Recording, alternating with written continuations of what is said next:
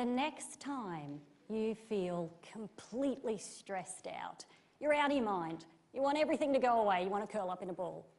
If you could radically reduce that feeling in minutes and at the same time change your DNA expression, improve your immune function, and lower the stress cortisol in your body, would that keep your interest for the next 15 minutes? Now, it turns out there is a way, and it emerged in the 1970s, but it upset the mainstream therapies because, quite frankly, it was a little bit weird. Now, termed emotional freedom techniques, or EFT, we often call it tapping because it describes the stimulation of acupuncture points on the body. Now, before we get any further, let's talk about those mainstream therapies. You may know there's been 3 great waves, if you like, and we really did start in the beginning with Freud. And you might recall, we used to lie on the couch and have our therapy lying down. But after that came what we called the behaviouralists. And you may have heard of Pavlov, who used to ring the bell when his dog salivated when he presented them with his food. And of course, after that, we had Skinner, who used to do experiments on rats. And then what we've seen in the 3rd great wave of psychotherapy is the cognitive approach. So cognitive behavioural therapy, where really what we've learnt is that your thoughts impact your feelings, and of course that changes your behaviour and your physiology. And now we have blends such as mindfulness.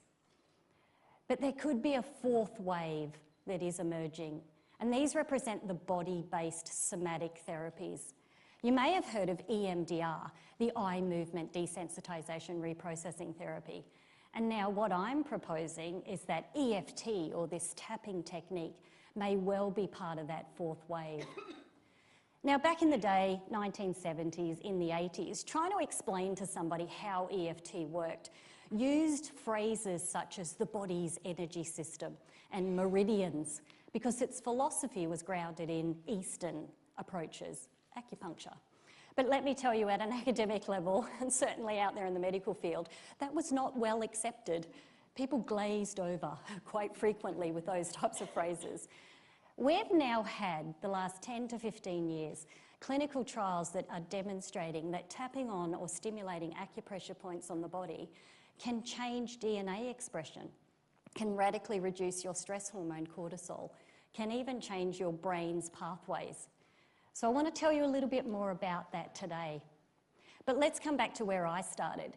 When I was out, fresh out of university, clinical and a health psychologist, very conservative, I certainly wasn't looking for anything weird.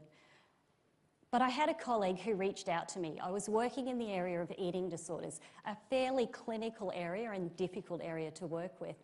But the mainstream therapies were failing me. So I really probably was looking at some level. Now, he was a patient man. It was back in the day of dial-up internet. Do you remember how slow that was? I wasn't that patient. He reached out and said, look, I have come across something. It is a little bit strange, but I think there might be something in this. Now, I promptly ignored everything that was coming out of his mouth at that point. He'd used the words weird and strange. Several months later, fast forward, he's assisting me at an eating disorders support group. So we would regularly have 30 and 40 women turn up with eating disorders for these groups, free weekly groups. So he was assisting me. I'm in the middle of teaching a lesson, and one of the young girls in the group had a panic attack. He gestured he would take her off just to the side and obviously help her calm down while I kept teaching. Now, they were back within about 5 minutes, and she was so calm and composed, I was absolutely certain he'd given her some medication. Must have had some Valium in the back pocket. End of the night, everyone goes home. I'm fairly keen to say, what happened? Did you have some medication? He said, no, I did that weird tapping thing I've been trying to tell you about. I said, okay. I suspended my disbelief at that point long enough to learn a little bit more. And now, of course, as an academic, I've spent the last 10 years researching the impact of tapping on acupressure points for food cravings and emotional eating. Now, before we get any further, I want to show you how this works. So we're all going to have a go at tapping. We are going to tap on my most commonly researched area, which is food cravings. And I promise nobody's about to give up chocolate. Maybe. How do we start this? So tapping actually works, and what we do to begin with is we normally do it when we have something we want to change. So that could be a distressed feeling, it could certainly be a food craving, but it could be chronic pain, it could be any one of those elements that we're wanting to do something about. So we normally give that a rating out of 10. So 0 would represent I'm completely calm, but 10 would represent the absolute most level of distress, craving, pain, whatever it might be. So we subjectively give that a rating. We then tap on a pressure point that's on the side of the hand here. So come on, everybody do it with me, so I'm not the only person tapping in the room. And as we tap there, we say a sentence that keeps us engaged in what it is. And we are very different to traditional therapies here in that we're very mindful. So we actually, almost at a counterintuitive level, state our problem. So I'm going to show you one here, and the sentence on this one is, even though I have this food craving, I accept that I have this food craving, that I feel this way. Now, the next pressure point that we tap on is the start of the eye. So if you were to tap with 2 fingers there, we would also say this craving. The next one is the side of the eye, this craving. Under the eye, this craving. Under the nose, this craving. On the chin, probably a chocolate craving. Under the collarbone, about an inch, this craving. Under the arm, this craving. And the dead centre of the head, this craving. So that constitutes what we call a round of tapping, which took about 30 seconds. It didn't take very long at all. And of course, we apply this to a multitude of different areas. Harvard University has actually done a 10-year research trial on acupuncture points on the body. And what they've shown through their brain scans and their research in clinical trials is that stimulation of these pressure points sends a signal back to the stress centre in your brain called the amygdala, and it tells it to calm down. So after perhaps 10, 15 minutes of tapping on something like a food craving, that part of the brain no longer sends that response out. We, of course, see that as somebody doesn't like their chocolate anymore. Is anyone interested in that? Of course, the impact might be on stress or anxiety. And like I said, we've now got 10 years worth of clinical trials across a range of different areas that show not only do things like DNA change, stress and hormones, but of course those emotional feelings that people have. I want to talk to you today about 3 reasons I think tapping, and particularly the body-based therapies, may well represent this 4th wave that's coming through in the therapeutic space. And look, it could be somewhat of a disruption, but we are definitely creating change in this area. Now, the first reason is tapping is definitely somatic, it's body-based. The second one is it works remarkably fast. And the third one is it has this unique ability to update the brain's learnings. So let's have a look at them in turn. So tapping is definitely physical.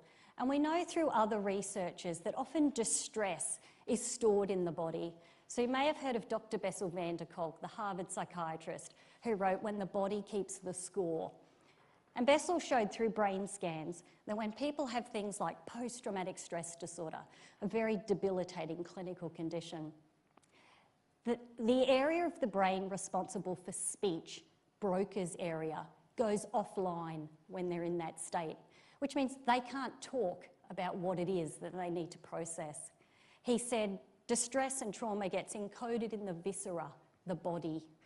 And that means that even in the context of a warm, supportive, therapeutic relationship, change may not happen. He said interventions need to be directed at the level of the body. And of course, that's what tapping is, that we actually have to state our problem. So if that is a level of distress, that is what we would be stating. But of course, it's the tapping on the pressure points that then sends that signal back. Now, the second point here, this 4th wave, is that tapping does work remarkably fast. We know, research is showing, that only 1 hour of tapping can change 72 genes in your body. 1 hour of tapping can reduce the stress hormone cortisol by 24%. We know that if you were to just rest, have a lie down, or you were to just learn about stress, you'll only get a 14% reduction. So we know that we're having a profound effect here and at a fairly fast rate. We've done brain scan studies here in Australia of food cravings. Turns out that when you look at your Instagram images or your Pinterest of all of those lovely high-calorie food images, particularly after dinner, your brain fires. So that's what we did to people. We had a look at the areas of the brain firing, and then we sent them away for a 4-week and only 2 hours a week of tapping, an 8-hour tapping program. And here's what happened 4 weeks later. The brain no longer fires when they look at those images of food that they have no desire for. The last one here is in the area of post-traumatic stress disorder.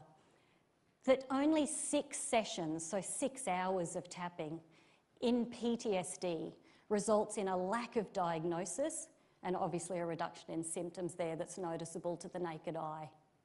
Now, gold standard therapies recommend 18 sessions. If we're achieving that, obviously in 6, the question might really be here, are indeed all therapies really equal? Now, of course, the idea comes up, has it been compared to gold standards? And of course it has. And one of the big areas has been test anxiety.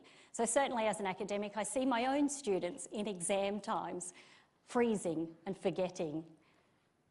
So when we run test anxiety clinical trials, certainly when we compare to cognitive behavioural therapy, CBT, that it's comparable. EFT, tapping, and CBT at the end of a treatment are highly comparable. They get the same outcomes. But here's where the difference lies. It only takes 2 sessions of tapping to get that outcome. It takes 5 when you do cognitive behavioural therapy. When you have a look at our food craving research, at the end of a 12-month intervention, so 12 months later when they're finished, EFT, tapping, and cognitive behavioural therapy are very comparable. They get the outcomes. But it only takes 8 weeks of tapping, and that's only 2 hours a week. 8 weeks to get those outcomes, and they stay. They remain 12 months later.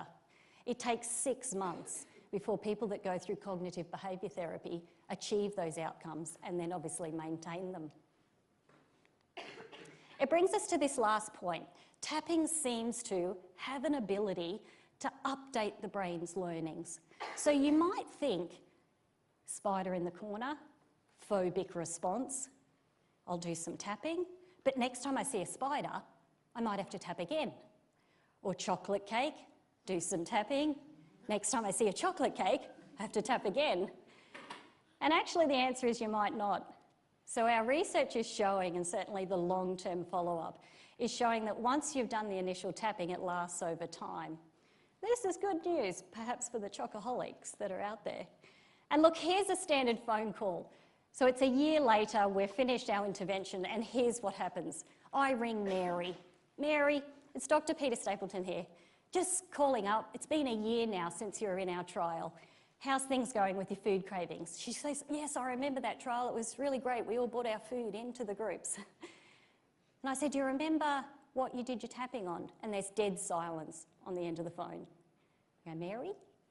Mary says, I know I tapped on something, but I can't remember what it was. I'll remind Mary it was chocolate. Everybody picks chocolate. It was chocolate, and you were eating 6, 7, 8 bars a day. She goes, that's right.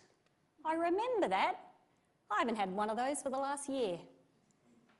And of course, we know that the impact of how tapping affects the brain now, that kind of response is becoming commonplace. Not only is it no longer an issue, but they've forgotten that it ever was an issue. Of course, we keep track of that so that we can actually help them out. So there appears to be 3 things. If you want to update your brain's learnings, you've got old chocoholic habits, or certainly a worry or a stress feeling or whatever it might be. There's 3 things you need to do. 1, you actually have to access the feeling, which really is counterintuitive to a lot of approaches that hope someone can just reframe, make a new meaning, or indeed think more positively. In tapping, we actually state the problem, which almost seems like the opposite of what we're used to in these therapies. But at the same time you have that feeling, you have to do an opposite, a contrary state, which one would think is one of calm. Now, I don't know the last time you sat in front of a chocolate cake and had a craving and went, I need to feel calm in front of my chocolate cake. It is a fairly difficult thing to do. But of course, in tapping, what we do is apply it straight away. So we start to tap on those pressure points and we send that signal back to the amygdala to feel calm. Of course, then we get a decrease in something like a craving or chronic pain or worry or anxiety in the body. The repetition of that to give the brain a different meaning, of course, in tapping is that repetition of several rounds. So it kind of brings us back to, I guess, where we started. That maybe what we've got on our hands here is a fourth wave. Maybe we are creating change in the therapy space, and this wave may well be a tidal one. We seem to have the ultimate stress management tool, and the research is building, but it's certainly worth another look. It looks different to the first, second, and third wave therapies, and it is unusually rapid. But if we can achieve the same outcomes for people, our patients and our clients, in half the time and obviously half the cost, might we not consider that true emotional freedom? Thank you.